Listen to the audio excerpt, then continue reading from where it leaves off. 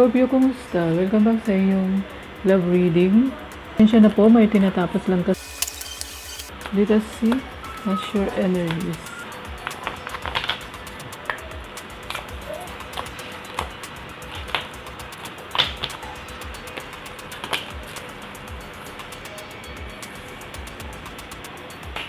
Okay, Scorpio, meron tayong not enough, frustrated in relationship, lack of confidence, self-sabotage, fear, ego, jealousy. Para sa iba sa inyo, meron kayong nakitaan sa isang person. Pwedeng naging ma-pride kayo. So, hindi nyo nakita ang pagiging matatag.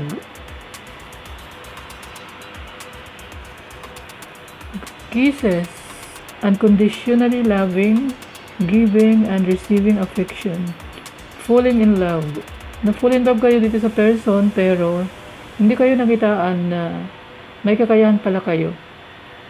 Okay, so parang nagkaroon kayo ng personal issue o kayo na lang pong umalam kasi hindi ka pinapakita ng cards na hindi kayo naging worth it para sa person na to. Okay, meron din tayong talking, interested, conversing more, awaited messages, or pwedeng ay magpapadala sa inyo ng email, may matatanggap kayo na mensahe. Ang nakita ng person na to ay parang kinalikuran na kayo or pwede rin may pinili. Tingnan pa natin. Pero sweet naman kayong dalawa.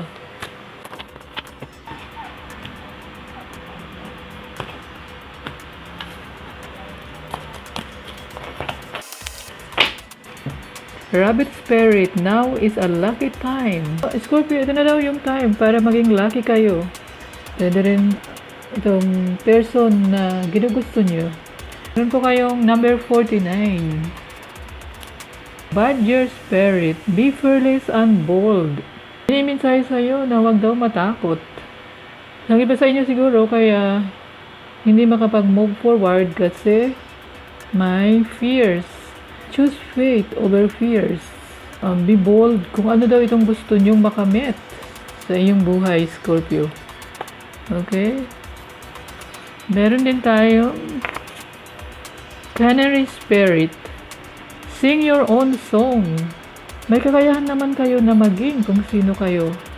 Miniminsahe sa'yo na kantahan mo daw ng sarili mong kanta. Meron kayong mga skills, pwede nyo na pong ipakita sa buong mundo. Scorpio. Okay, let's see more. Admire. It's time to think of everything that you admire in your partner. Okay, ang miniminsahe sa'yo, tanggapin mo daw kung ano ang meron si partner. Pwedeng ano nyo to guys, asawa nyo to.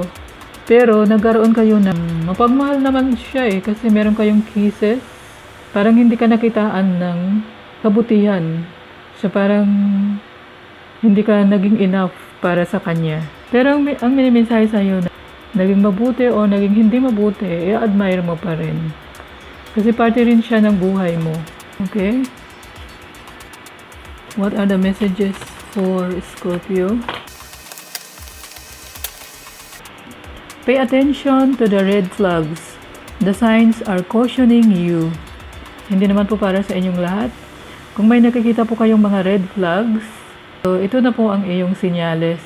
May nahuli na rin kayo, so red flags na po yun. At hindi na rin po kayo masaya, di ba? So pay attention po, para sa inyo rin po yan. True love, this is the romance of a lifetime. True love mo pala itong person. Pwedeng asawa mo to pero ipinagpalit ka, but it doesn't have to be the case. Getting to know each other as you reveal your innermost selves to each other, your bond deepens. Hindi siguro kayo nagkakilala ng lubusan. Okay, so maaari ang iba sa inyo ay biglaan pero hindi nyo nakilala ang isa't isa. So ang kailangan daw ay kilalanin ng lubusan para po hindi tayo magsisi. Okay? Naging one-sided na maaari din na hindi ka na kinakausap. So yun ay isang red flags. Tingnan natin ang initials nitong person. Isang person ay talagang totoong nagmahal sa'yo. Letter O, letter E, letter A as in apple, letter S, letter B, T, N, at saka U. Yun lang naman ang para sa inyo. Thank you for liking, subscribing, and commenting. Spread love and not hate to anyone. I love you all. Thank you and God bless.